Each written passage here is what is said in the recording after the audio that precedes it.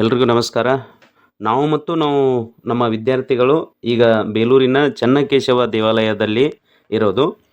ಬೇಲೂರು ಹಾಸನ ಜಿಲ್ಲೆಯ ಪ್ರಮುಖ ಪ್ರವಾಸಿ ಸ್ಥಳಗಳಲ್ಲೊಂದು. ಶಿಲಾಬಾಲಿಕೆಯರ ಬೇಲೂರು ಎಂದು ಪ್ರಸಿದ್ಧವಾಗಿರುವ ಬೇಲೂರು ಶಿಲ್ಪಕಲೆಗೆ ಖ್ಯಾತಿ ಪಡೆದಿದೆ. ಹಳೆಬೀಡು, ಸೋಮನಾಥಪುರ ಜೊತೆಗೆ ಬೇಲೂರು ಹೊಯ್ಸಳ ಸಾಮ್ರಾಜ್ಯದ ಶಿಲ್ಪಕಲೆಯ ದೇವಾಲಯಗಳೆಂದು ಪ್ರಸಿದ್ಧವಾಗಿವೆ. ಬೇಲೂರಿನ ಶ್ರೀ ಚೆನ್ನಕೇಶವ ದೇವಾಲಯ ಸಹಸ್ರಾರು ಪ್ರವಾಸಿಗರನ್ನು ತನ್ನೆಡೆಗೆ ತನ್ನ ಶಿಲ್ಪಕಲೆಗಳ ಮೂಲಕ ಸೆಳೆಯುತ್ತದೆ ಅಂತ ಹೇಳ್ಬೋದು. ಕರ್ನಾಟಕದ ಪ್ರಸಿದ್ಧ ಪ್ರವಾಸಿ ಸ್ಥಾನಗಳಲ್ಲಿ ಒಂದಾಗಿರುವ ಬೇಲೂರು ಹಾಸನ ಜಿಲ್ಲೆಯಲ್ಲಿರುವ ಅತ್ಯಂತ ಪ್ರಸಿದ್ಧ ದೇವಾಲಯದ ಪಟ್ಟಣ ಅಂತ ಹೇಳ್ಬೋದು. ವಿಷ್ಣುವಿನ ಅವತಾರ ಚೆನ್ನಕೇಶವನಿಗೆ ಅರ್ಪಿತವಾದ ಭವ್ಯವಾದ ದೇವಸ್ಥಾನಕ್ಕೆ ಬೇಲೂರು ಹೆಸರುವಾಸಿಯಾಗಿದೆ. ಬೆಂಗಳೂರು ಬಳಿ ಭೇಟಿ ನೀಡುವ ಅತ್ಯಂತ ಜನಪ್ರಿಯ ಪ್ರವಾಸಿ ಸ್ಥಳಗಳಲ್ಲಿ ಇದು ಒಂದು. ಬೇಲೂರು ಚೆನ್ನಕೇಶವ ದೇವಸ್ಥಾನ 10ರಿಂದ 14ನೇ ಶತಮಾನದ ಕರ್ನಾಟಕದ ಆಡಳಿತಗಾರರಾದ ಹೊಯ್ಸಳರ ರಾಜಧಾನಿಯಾಗಿದೆ. ಆಮೇಲೆ ಅವರು ತಮ್ಮ ಸುಂದರವಾದ ದೇವಾಲಯದ ವಾಸ್ತುಶಿಲ್ಪಕ್ಕೆ ಹೆಸರುವಾಸಿಯಾದಂಥದ್ದು. ಬೇಲೂರು ಕರ್ನಾಟಕದ ಹಾಸನ ಜಿಲ್ಲೆಯ ಒಂದು ಸಣ್ಣ ಪಟ್ಟಣ. ಇದು ಯಗಚಿ ನದಿಯ ದಡದಲ್ಲಿ ಸೊಂಪಾದ ಸುತ್ತಮುತ್ತಲಿನ ಕಾಡುಗಳ ನಡುವೆ ಇದೆ ಅಂತ ಹೇಳ್ಬೋದು. ವೇಲಾಪುರ ಎಂದು ಕರೆಯಲ್ಪಡುವ ಇದು ಪ್ರಾಚೀನ ಮತ್ತು ಪ್ರಮುಖ ಪಟ್ಟಣ ಅಂತ ಕರೆಯುತ್ತಿದ್ದರು ಆಗಿನ ಕಾಲಕ್ಕೆ. ಹೊಯ್ಸಳರು ಪ್ರಾಥಮಿಕವಾಗಿ ಪಶ್ಚಿಮ ಘಟ್ಟಗಳ ಮಲೆನಾಡು ಎಂಬ ಪ್ರದೇಶದಿಂದ ಬಂದವರು. ಯುದ್ಧ ತಂತ್ರಗಳಲ್ಲಿ ಪಾರಂಗತರಾಗಿದ್ದರು. ಅವರು ಚಾಲುಕ್ಯರು ಮತ್ತು ಕಲಚೂರಿ ರಾಜವಂಶದ ನಡುವೆ ನಡೆಯುತ್ತಿರುವ ಆಂತರಿಕ ಯುದ್ಧಗಳ ಲಾಭವನ್ನು ಪಡೆದು ಇಂದಿನ ಕರ್ನಾಟಕದ ಪ್ರದೇಶಗಳನ್ನು ಸ್ವಾಧೀನಪಡಿಸಿಕೊಂಡು 13ನೇ ಶತಮಾನದಲ್ಲಿ ಅವರು ಕರ್ನಾಟಕದ ಹೆಚ್ಚಿನ ಭಾಗಗಳನ್ನು, ತಮಿಳುನಾಡು ಮತ್ತು ಇನ್ನಿತರ ಭಾಗಗಳನ್ನು ಅಕ್ವೈರ್ ಮಾಡಿಕೊಂಡು ತಮ್ಮ ಸಾಮ್ರಾಜ್ಯವನ್ನು ಕಟ್ಟಿದರು ಅಂತ ಹೇಳಿ ಬರುತ್ತೆ. ಆಮೇಲೆ ಬೇಲೂರು ಚೆನ್ನಕೇಶವ ದೇವಸ್ಥಾನ ಹಾಸನದಿಂದ 38 ಕಿಲೋಮೀಟರ್ ದೂರದಲ್ಲಿರುವಂಥದ್ದು. ಚೆನ್ನಕೇಶವ ದೇವಾಲಯಕ್ಕೆ ಇದು ಹೊಯ್ಸಳರು ತಮ್ಮ ಮೃದುವಾದ ಸಾಬೂನು ಕಲ್ಲುಗಳನ್ನು ಬಳಸಿದರು ಅಂತ ತಿಳಿದು ಬರುತ್ತೆ. ಏಕೆಂದರೆ ಅವುಗಳ ಸಂಕೀರ್ಣವಾದ ಕೆತ್ತನೆಗಳಿಗೆ ಸೂಕ್ತವೆಂದ ಕಂಡುಹಿಡಿದಂಥವು. ಆಮೇಲೆ ವಿಜಯನಗರ ವಿನ್ಯಾಸದಲ್ಲಿ ಗೋಪುರವನ್ನು ಹೊಂದಿರುವ ಪ್ರಕಾರದಿಂದ ಸೀಮಿತವಾಗಿರುವ ಈ ದೇವಾಲಯ ವೇದಿಕೆ ಮೇಲೆ ನಿಂತಿದೆ ಅಂತ ಹೇಳ್ಬೋದು. ದೊಡ್ಡ ಪೆಟ್ಟಿಗೆಯಂತೆ ಕಾಣುವ ಈ ಕಲಾಕೃತಿ ಗಮನಾರ್ಹವಾದ ಕೆಲಸ ಮತ್ತು ಸಾಮರ್ಥ್ಯ ಸಂಪೂರ್ಣವಾಗಿ ಉಸಿರುಗಟ್ಟುತ್ತದೆ. ಆಮೇಲೆ ಬೇಲೂರು ಚೆನ್ನಕೇಶವ ದೇವಸ್ಥಾನ ಇತಿಹಾಸ.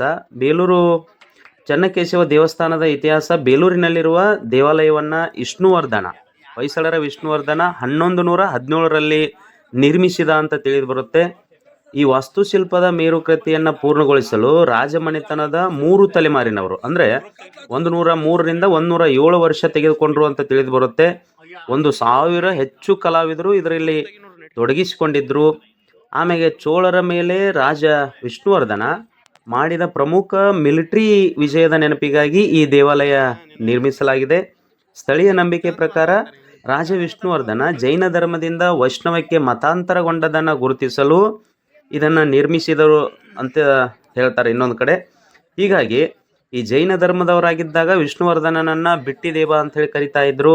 ಆಮೇಲೆ ಅವರ ಗುರುಗಳಾದ ರಾಮಾನುಜಾಚಾರ್ಯರ ಪ್ರಭಾವದಿಂದ ಅವರು ಹಿಂದೂ ಧರ್ಮಕ್ಕೆ ಮತಾಂತರಗೊಂಡು ಆಮೇಲೆ ಅವರ ರಾಣಿ ಶಾಂತಲಾದೇವಿ ಅಂತೇಳಿ ಕರಿತೀವಿ, ಕಲೆ ಮತ್ತು ಸಂಗೀತ ನೃತ್ಯಗಳ ಮಹಾನ್ ಪೋಷಕಳಾಗಿದ್ದಳು. ಅವಳು ಸ್ವತಃ ಬಹುಮುಖ ಭರತನಾಟ್ಯ ನೃತ್ಯಗಾರ್ತಿಯಾಗಿದ್ದಳು ಮತ್ತು ಅವಳನ್ನು ನೃತ್ಯದ ರಾಣಿ ಎಂದು ಕರೆಯಲ್ಪಡುತ್ತಿದ್ದರು.